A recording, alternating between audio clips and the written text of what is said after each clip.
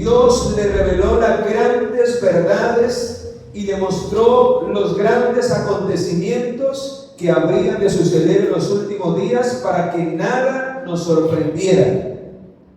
Pero tristemente el enemigo ha hecho una obra tremenda y a la mayoría nos tiene adormecidos, y es hora de despertar y de ver con claridad lo que el Señor espera de nosotros y en especial del mundo que ha de ser preparado para la venida de nuestro Señor Jesucristo.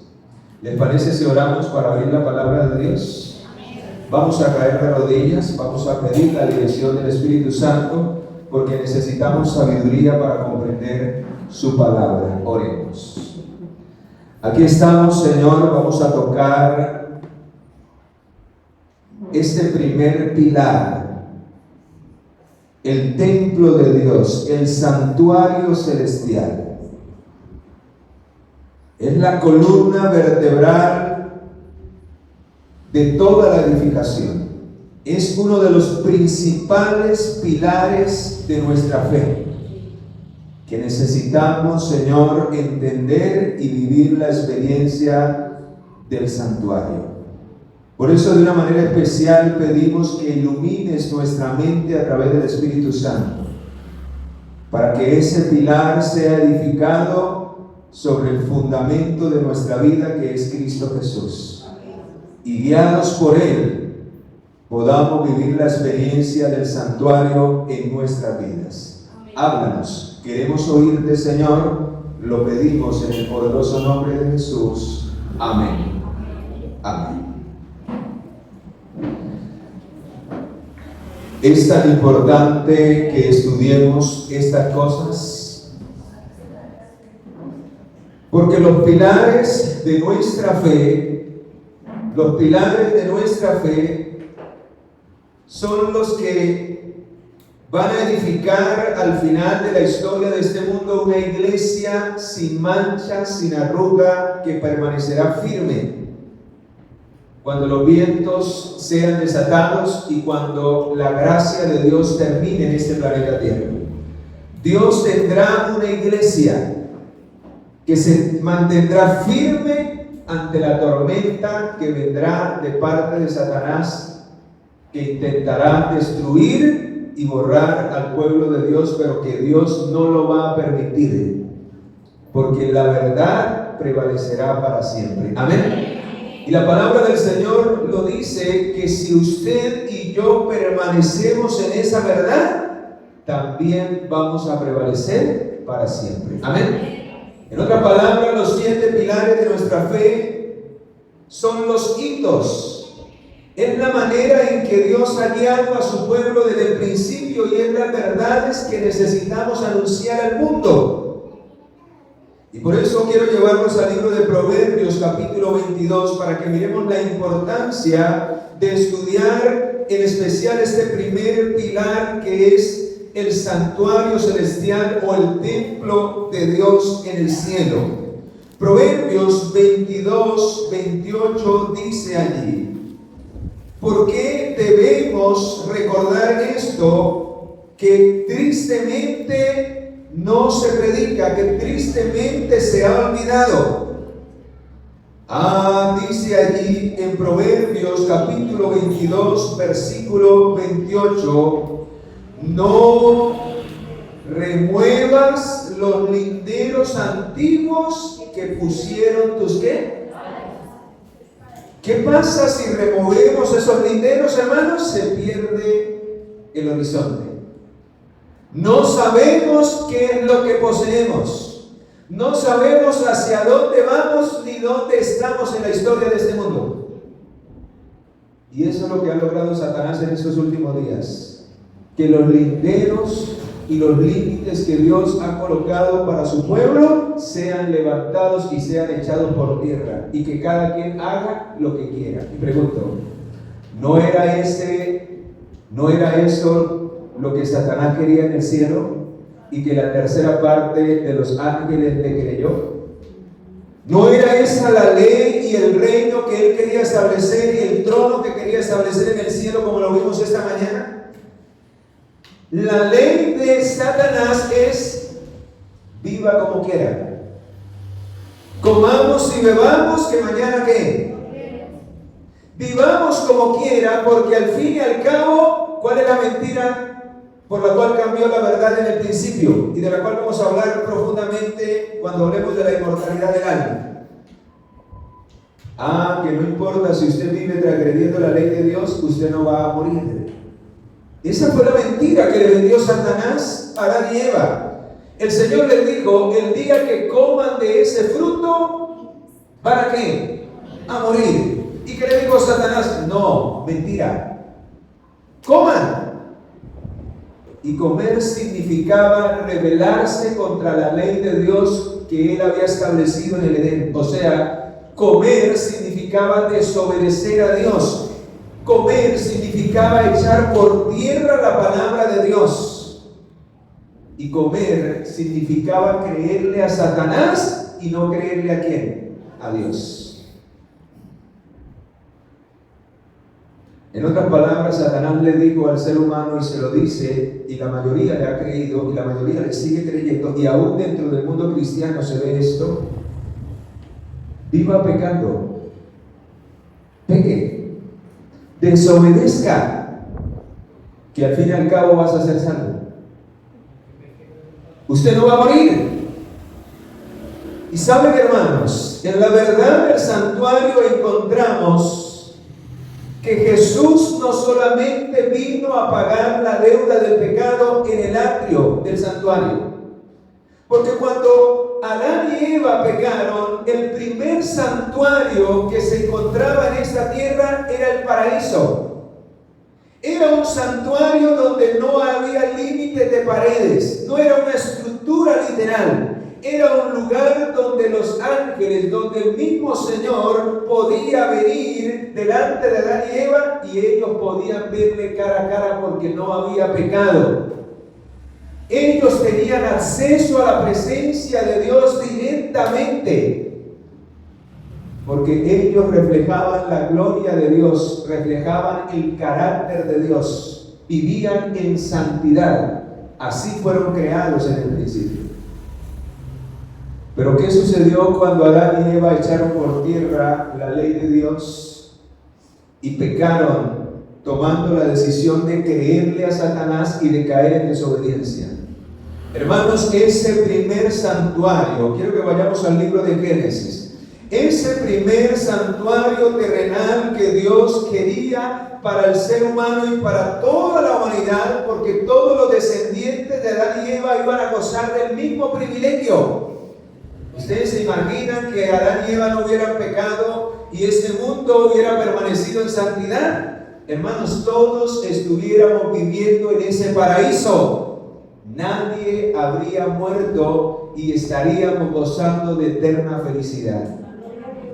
¿Saben por qué? Porque todavía estaríamos comiendo del árbol de la vida. El árbol de la vida, vea lo que cambió Adán y Eva.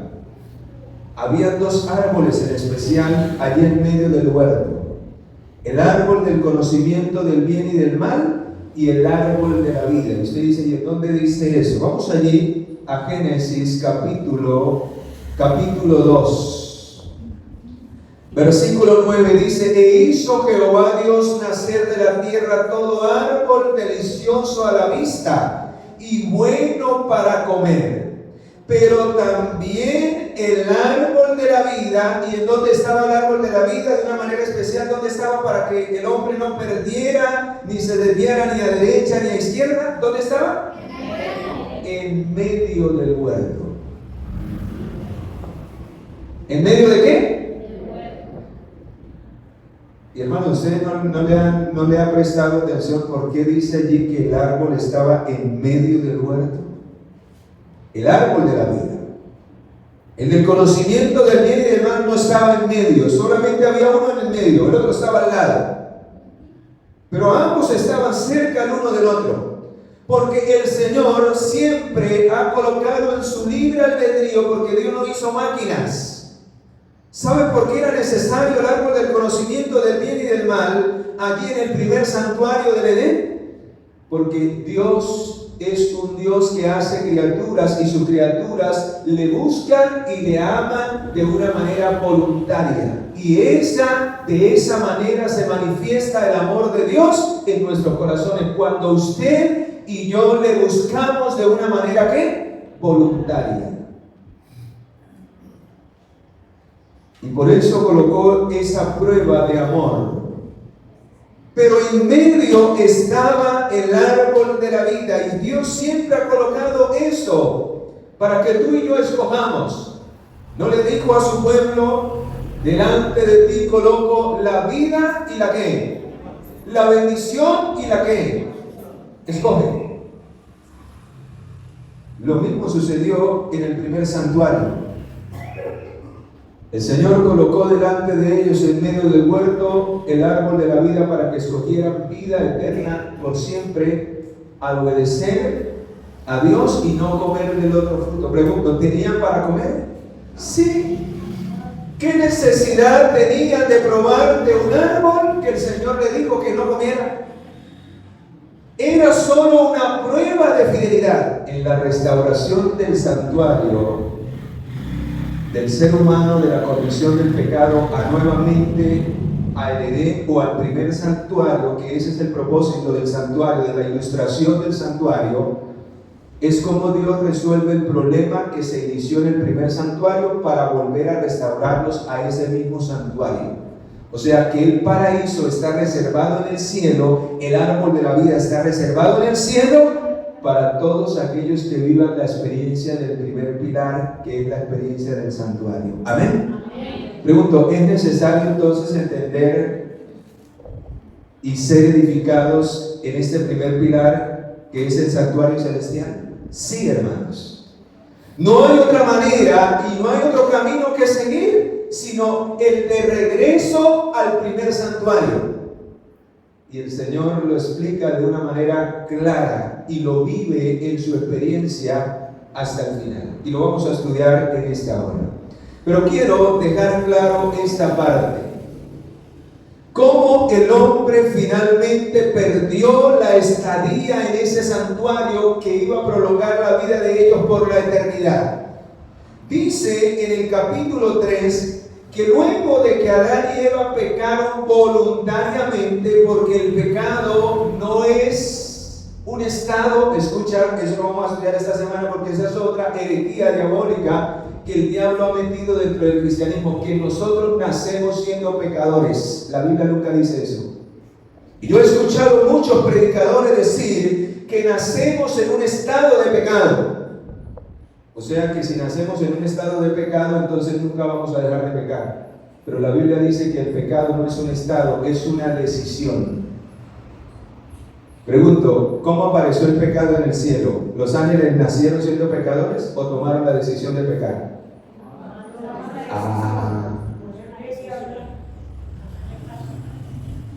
Eso lo vamos a estudiar profundamente cuando hablemos acerca de Dios y de la naturaleza de Jesús, porque eso tiene que ver con la naturaleza de Jesús.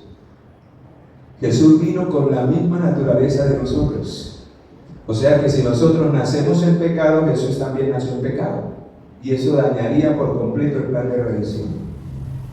Pero eso lo vamos a estudiar el día que corresponda, no se lo pierdan. Solo se lo dejo allí como abrebocas. Muy bien, volvamos a Génesis capítulo 3. Vean lo que dice el versículo 24. ¿Qué tuvo que hacer Dios con la decisión que ellos tomaron? ¿Cuál fue la decisión? Pecar, desobedecer en su libre albedrío. Ellos desobedecieron a Dios y dice que la desobediencia es pecado. ¿Pero qué es el pecado? Primera de Juan 3:4. ¿Cuál es la definición del pecado? Transgresión de la ley de Dios. Pero hay otra definición en la Biblia que se encuentra en Santiago capítulo 4 versículo 19. ¿Qué dice? Todo aquel que sabe hacer lo bueno y no lo hace, también es ¿qué? Y saben que hay otra en primera de Juan 5:17. Todo el que obra injustamente también es pecador. Y hay otra, todo lo que no proviene de fe es pecado también. Porque sin fe es imposible agradar a ¿quién? Y cuando yo no agrado a Dios es porque vivo en desobediencia. Cuando yo agrado a Dios es porque vivo piadosamente. Porque piedad significa agradar a Dios. ¿Perdió la piedad o perdió la santidad Adán y Eva en el paraíso? ¿Sí o no?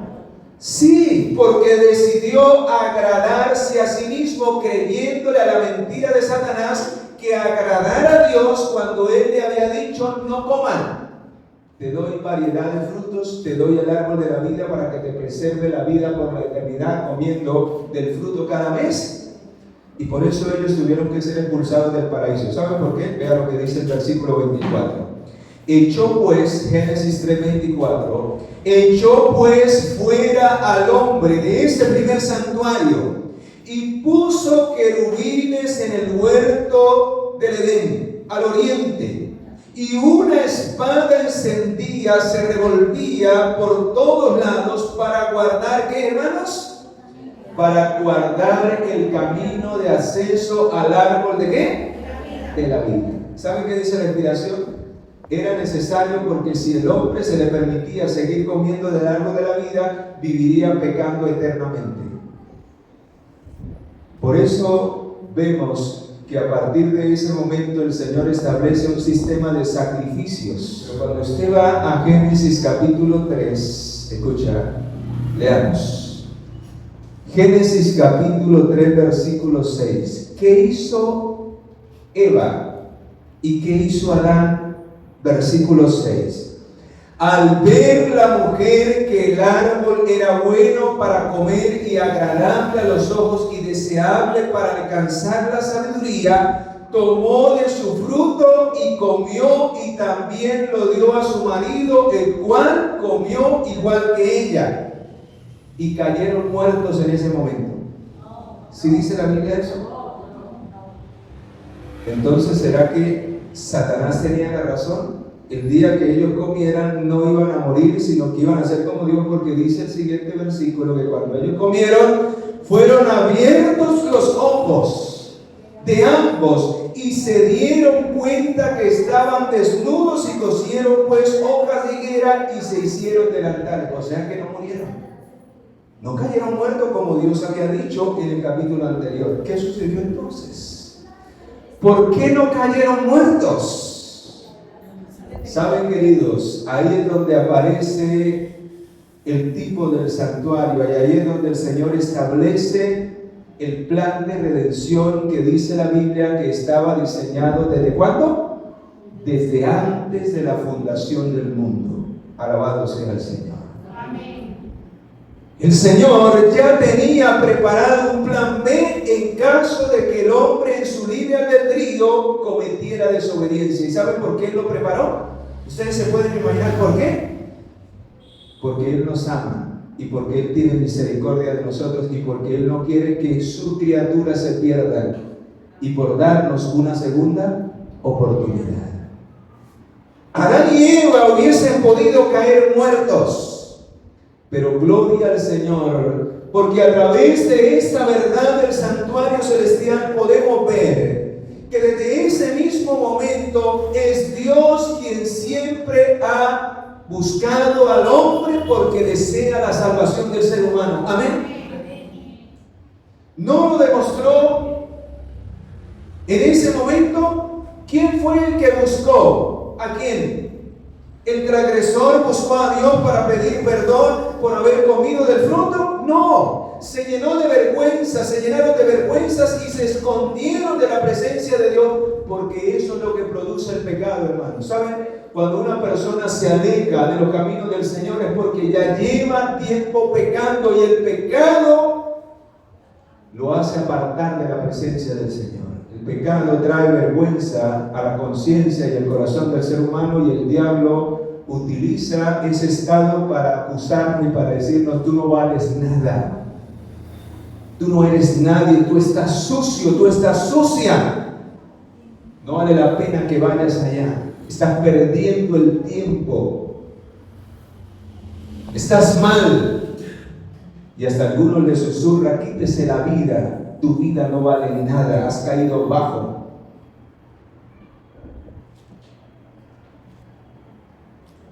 Pero aunque ellos estaban avergonzados, cuando antes se deleitaban, pero cuando tú vives en santidad, cuando tú haces las cosas para agradar a Dios, hermanos, es un deleite buscar del Señor. No quisiéramos salir de la iglesia, no quisiéramos tener más tiempo para estudiar en las mañanas sin afanes. Quisiéramos tener más tiempo para deleitarnos en las promesas y en las verdades que Dios ha dejado. Quisiéramos tener más tiempo para alabar el nombre de Dios. De esa manera se deleitaba Adán y Eva en ese primer santuario.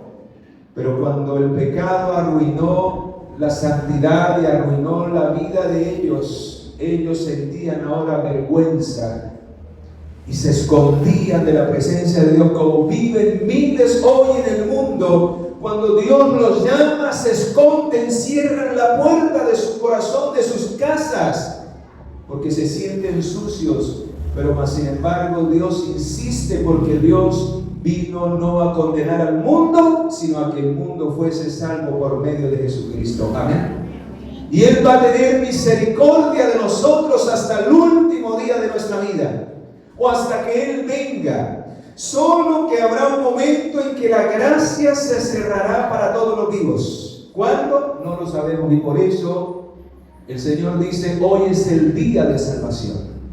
Hoy es que tenemos que estar a cuentas. Si ayer fallamos, hoy necesitamos arreglar nuestra vida con el Señor, porque hoy puede ser mi último día de oportunidad. ¿Y cuántos quisieran volver a ese primer santuario?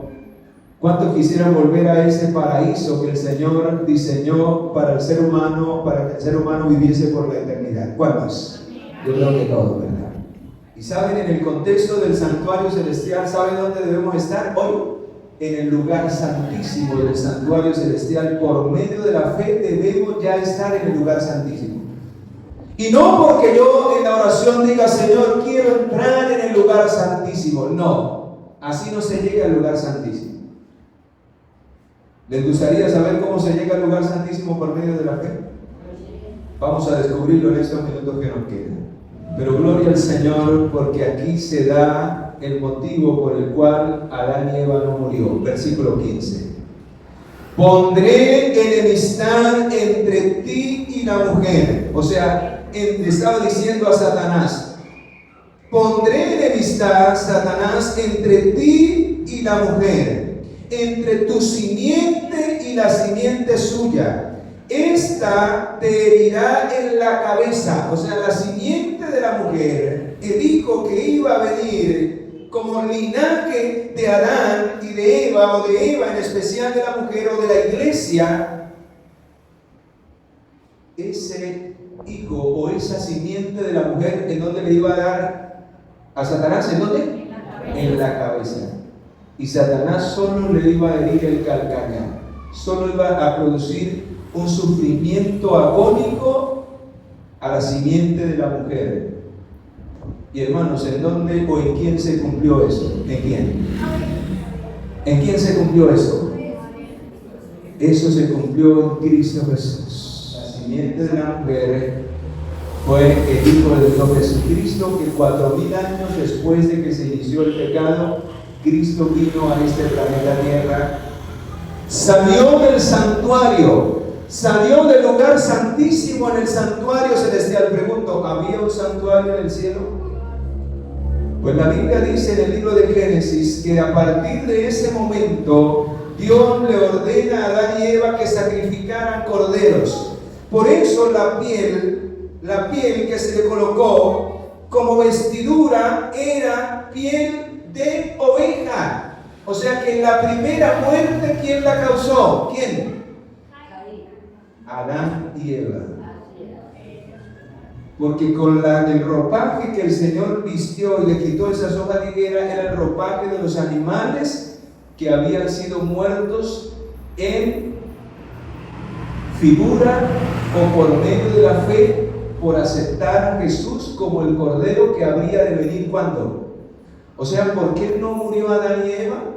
Porque de una manera especial Cristo fue inmolado desde el principio del mundo. Desde el momento en que Adán y Eva pecaron, Cristo por medio de la fe se sacrificó como el Cordero de Dios para que ellos no murieran. Por eso ellos salieron vivos, porque ellos aceptaron el sacrificio de Jesús que iba a venir a morir por ellos en la cruz del Calvario.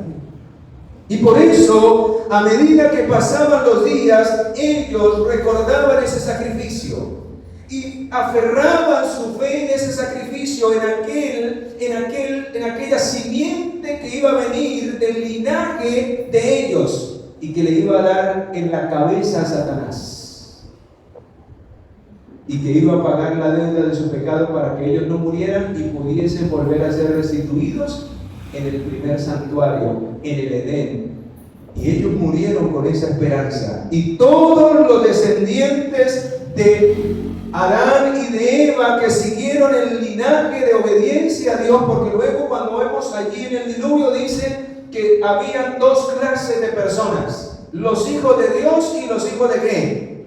De los hombres. O sea, los que hacían la voluntad de Dios y los que vivían en pecado. ¿Y qué pasó con los que vivían en pecado? Vino un diluvio y se lo llevó ¿a cuántos? A todos.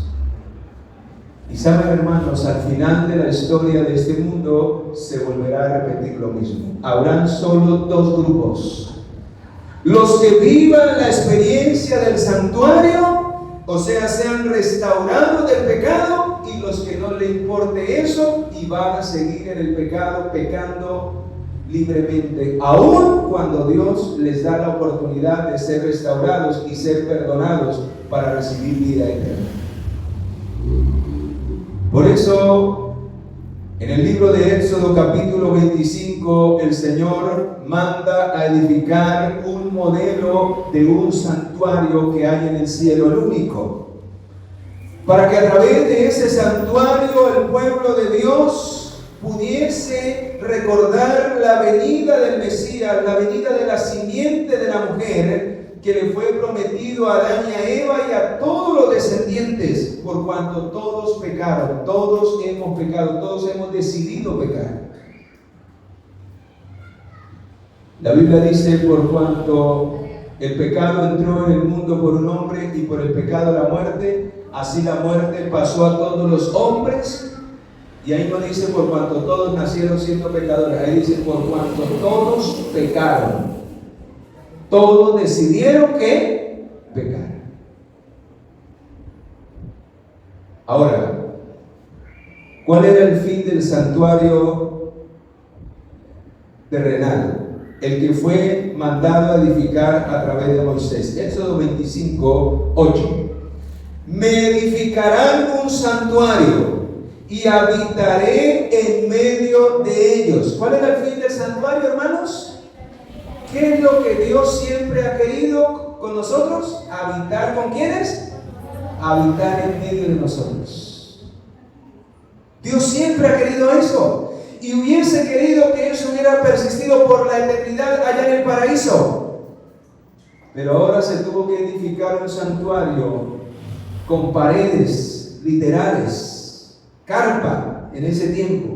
Y luego se hizo el gran santuario o el gran templo del rey Salomón. ¿Lo recuerdan? Que fue el primer templo que se edificó, el santuario, en una magnitud más grande. Y dice que ese santuario Salomón lo edificó con 7 columnas. Pregunto, ¿el número 7 es el número de Dios? Sí.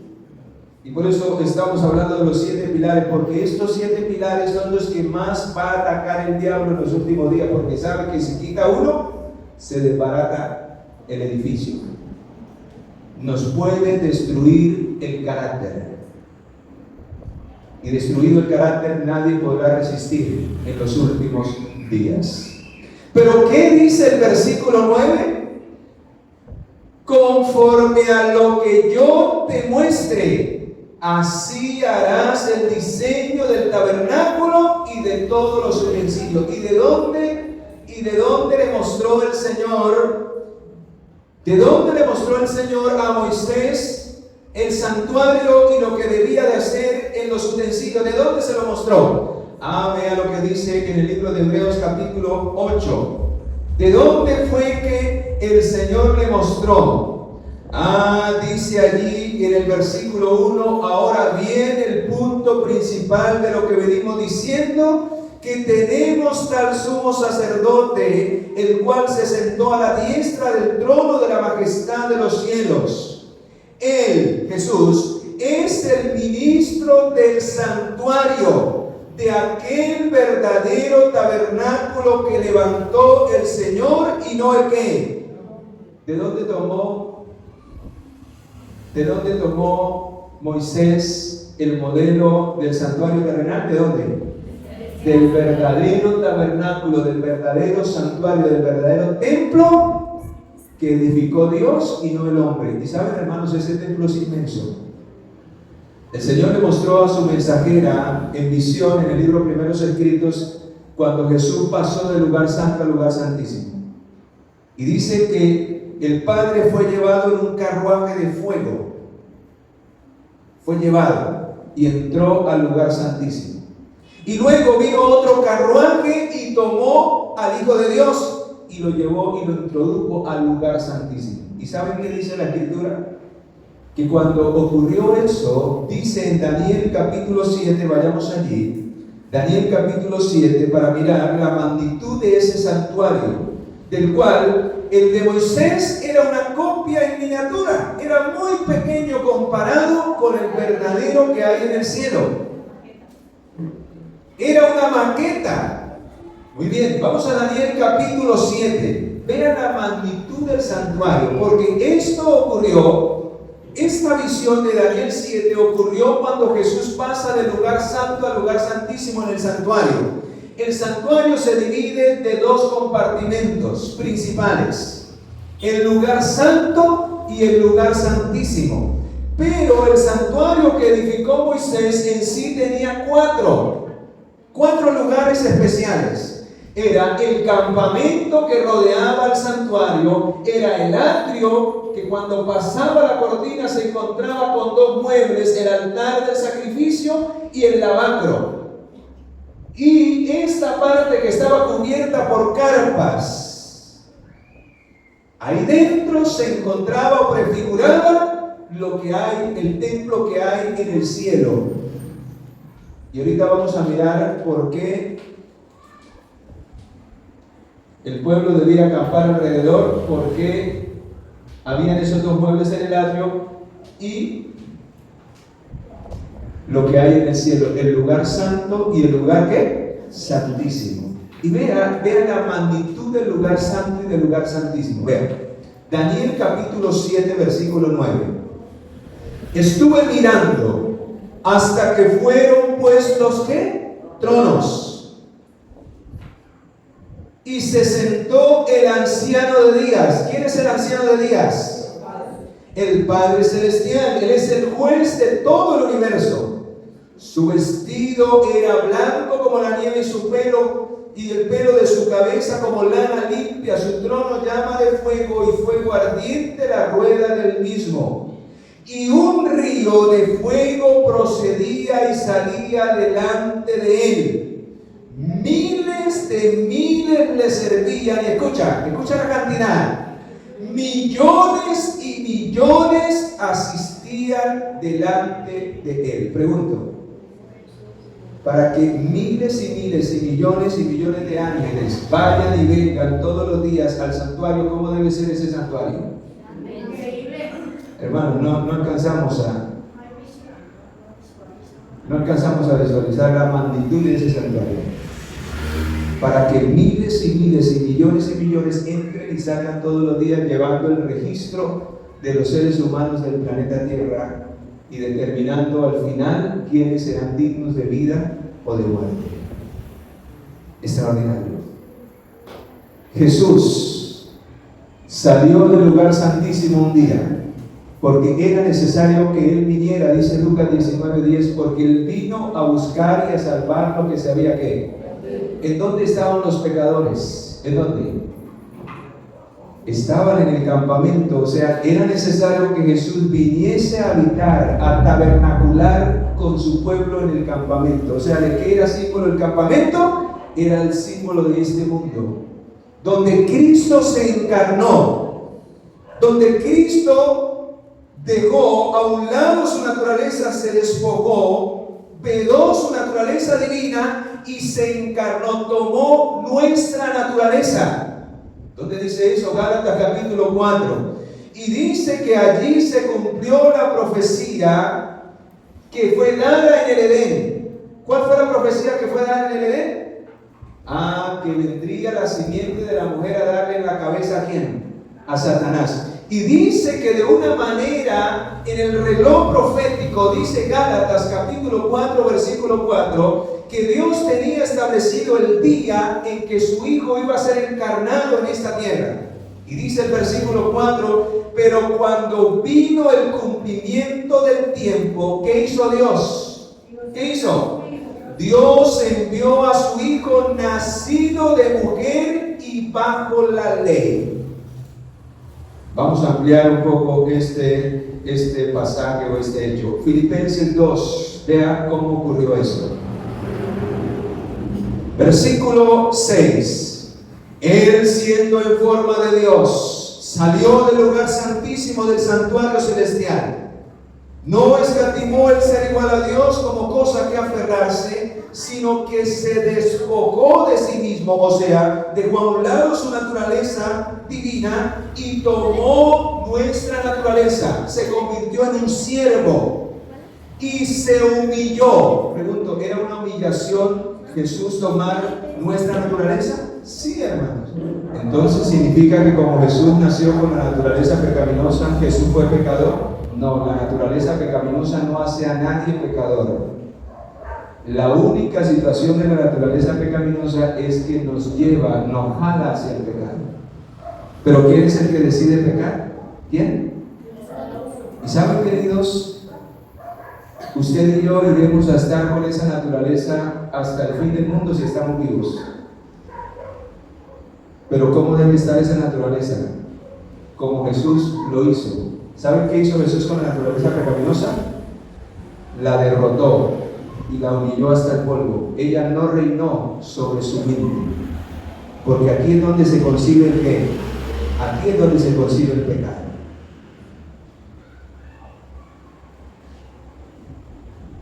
Si no, nadie podría ser salvo.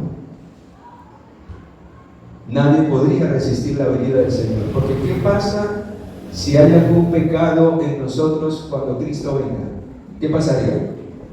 Nadie podría resistir la venida del Señor. O sea que habrá un grupo de personas que alcanzará la plenitud del carácter de Cristo, derrotará la naturaleza pecaminosa como Cristo lo logró en su carne.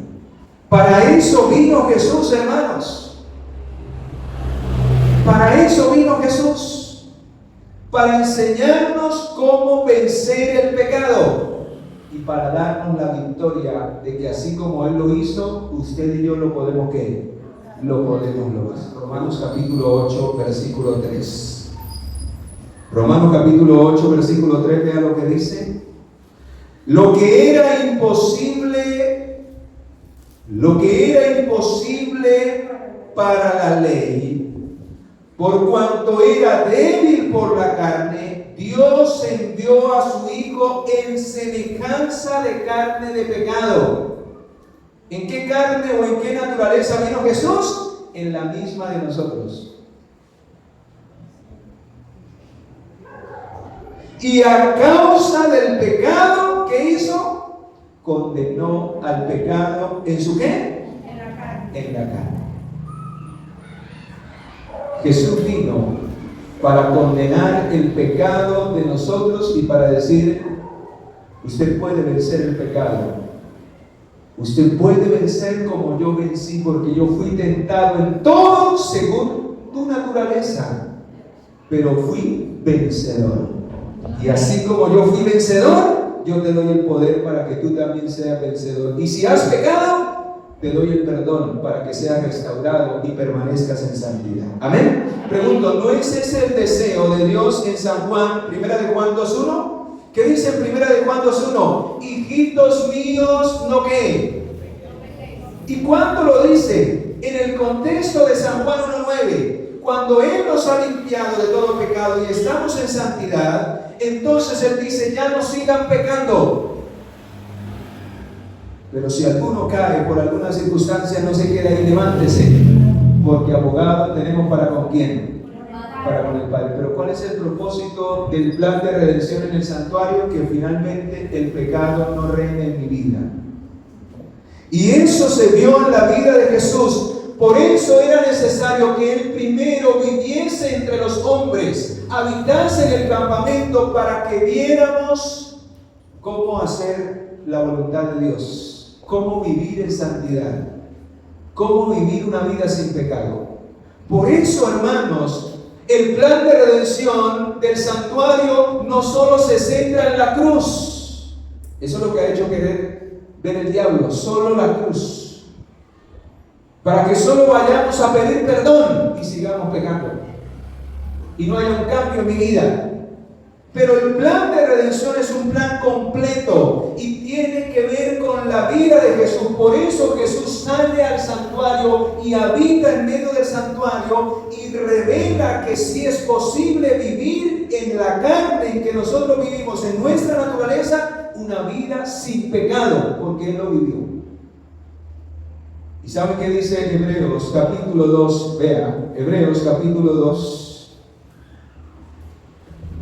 La promesa que el Señor hace si nosotros le abrimos al Señor la puerta de nuestro corazón. Vea lo que Él puede hacer también contigo. Versículo 14, vea lo que venía a ser, lo que el Señor profetizó desde el primer santuario cuando fueron expulsados Adán y Eva. Dice: así por cuanto los hijos participaron de carne y sangre, Él también fue de nuestra carne, Él también fue de nuestra sangre, Él también participó de lo mismo, para que a través de una vida en santidad pudiera destruir al que tenía el imperio de la muerte. Pregunto, ¿por qué la muerte no lo pudo mantener en la tumba? ¿Por qué? Porque Él murió en santidad. Si hubiese habido algún pecado, Él hubiese permanecido muerto. Él hubiese necesitado también ¿un qué? Un Salvador.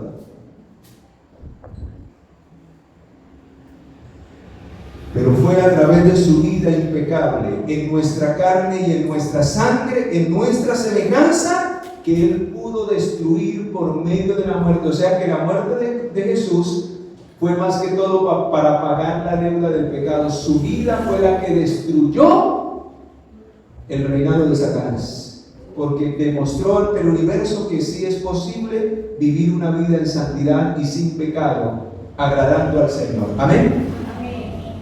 Y vea ahora lo que el Señor nos ofrece, luego de que Él vive y nos da ejemplo. Vea ahora lo que nos ofrece.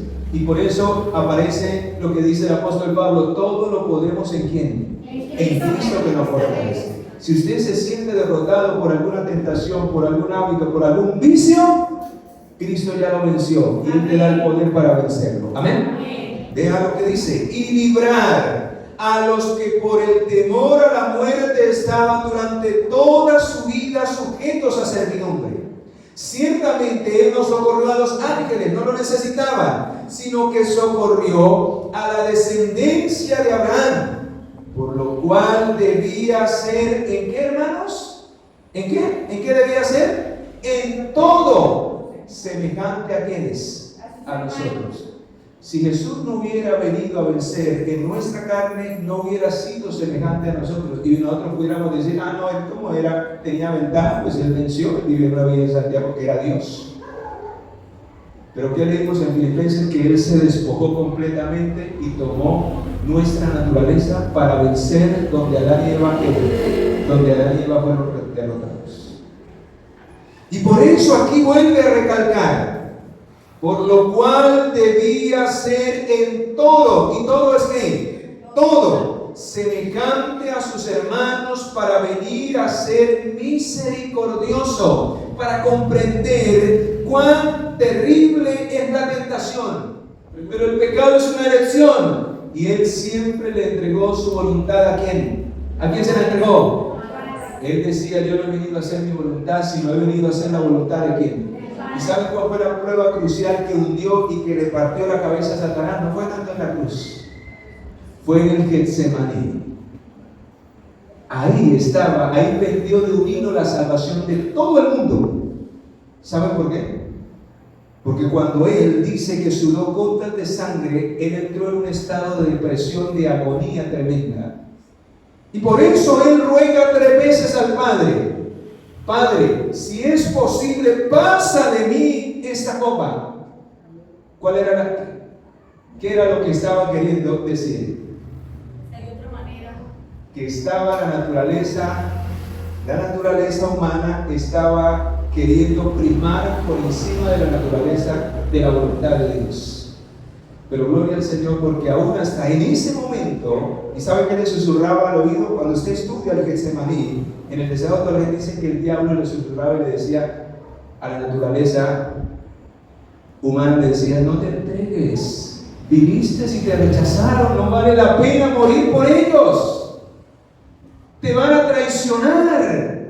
¿Dónde están? Están solos, vea, hasta se quedaron dormidos.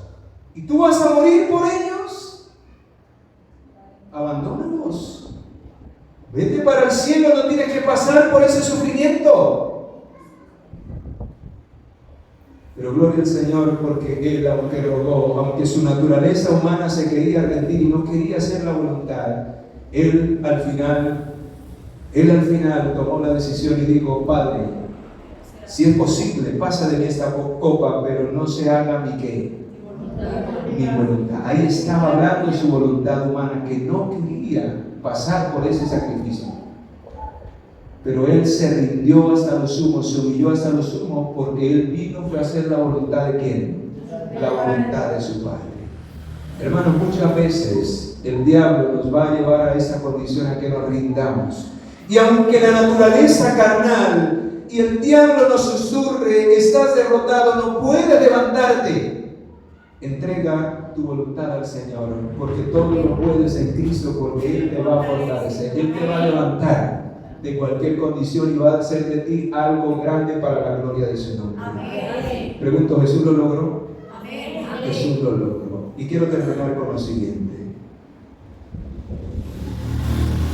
La experiencia del santuario nos muestra que Jesús vino a buscar en el campamento que simboliza el mundo, donde están los perdidos, donde están los que necesitan de su amor y su misericordia.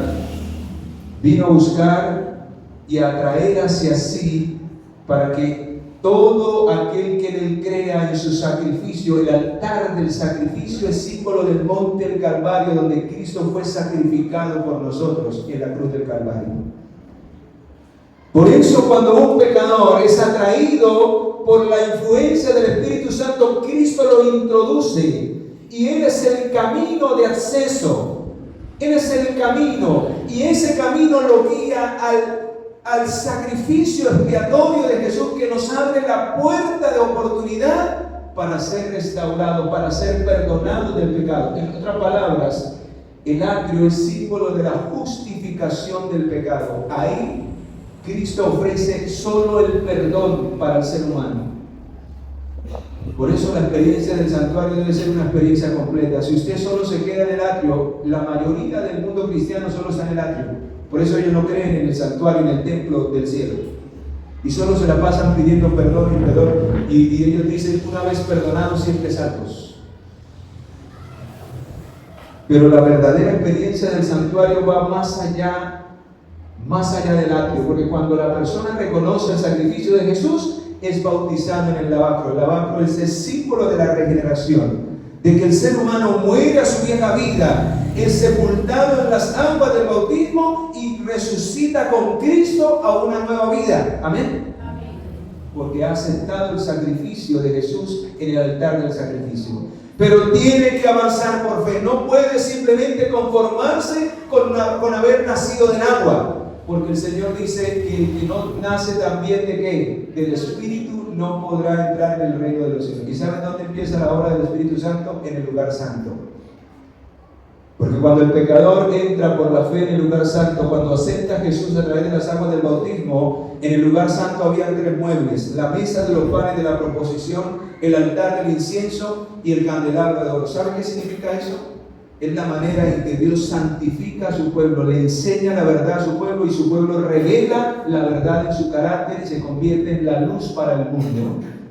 O sea, que un cristiano que solo se conforma con el bautismo, pero no vive la experiencia de la santificación, en otras palabras, el lugar santo, muestra la experiencia de la santificación que debe vivir todo pecador que ha sido justificado o perdonado del pecado, para ya no volver más al pecado y permanecer siempre en la presencia de Dios, viviendo una vida que glorifique el nombre del Señor. Amén.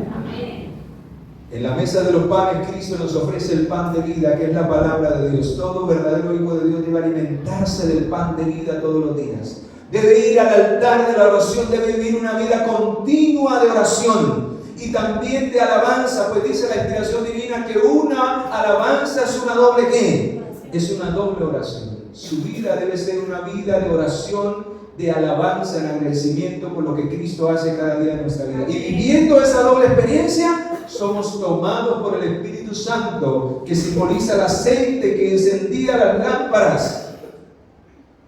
Y vamos a hacer una luz para el mundo. Vamos a dar testimonio. El candelabro es símbolo del testimonio que el pueblo de Dios debe dar por la luz que ha recibido y por la experiencia de comunión que tiene con la palabra de Dios y con la vida de oración y de alabanza y de adoración que le rinde al único Dios verdadero.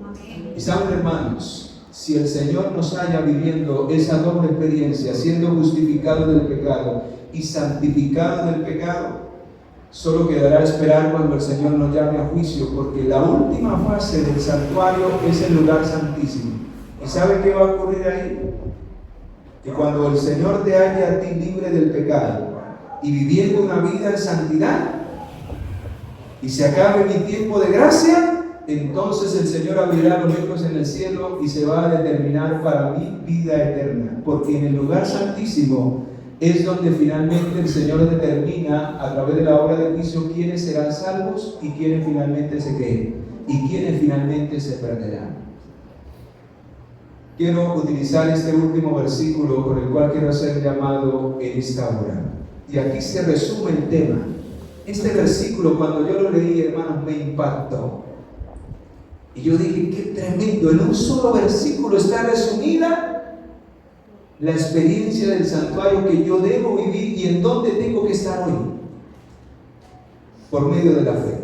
Vamos a Romanos capítulo 6, versículo 22. Vea lo que dice este pasaje. Aquí está resumido todo lo que hemos estudiado y lo que usted y yo necesitamos vivir antes de que Cristo venga o que se nos acabe el tiempo de gracia. Versículo 22. Pero ahora, ¿cuándo es que tenemos que ser libertados del pecado? ¿Perdonados cuándo? Ahora. Pero ahora habéis sido libertados del pecado. ¿Y qué pasa cuando ya somos libertados del pecado? Entonces nos disponemos para servir al Señor. Entonces hay tiempo, hay disposición, porque ahora ya no vivo para el pecado, sino ahora vivo ¿para quién? Para servir a Cristo. ¿Y qué pasa si yo me convierto en un siervo de Dios? Porque ya no vivo para el pecado, pues Cristo me ha perdonado. Dice, y hecho siervo de Dios, tenéis por vuestro fruto, ¿qué? La santificación. ¿Y qué pasará si el Señor nos halla viviendo en ese estado de santificación, siendo luz para el mundo, sirviendo al Señor, trabajando para Dios, apartados del pecado? ¿Qué dice al final? Y como fin iremos a recibir el regalo de la vida, ¿qué? Eterna. O sea, volveremos al primer paraíso. Porque la vida eterna en el Edén, según lo dice Apocalipsis, se va a preservar nuevamente por el árbol que dará 12 frutos. Y los hijos de Dios, dice el profeta Isaías en el capítulo 66, que los hijos de Dios irán de mes en mes. ¿Saben a qué? A comer de ese fruto y de sábado en sábado a adorar al Señor por los siglos de los siglos. Amén. ¿Cuántos quisieran estar en ese lugar? Hermanos, vivamos la experiencia del santuario.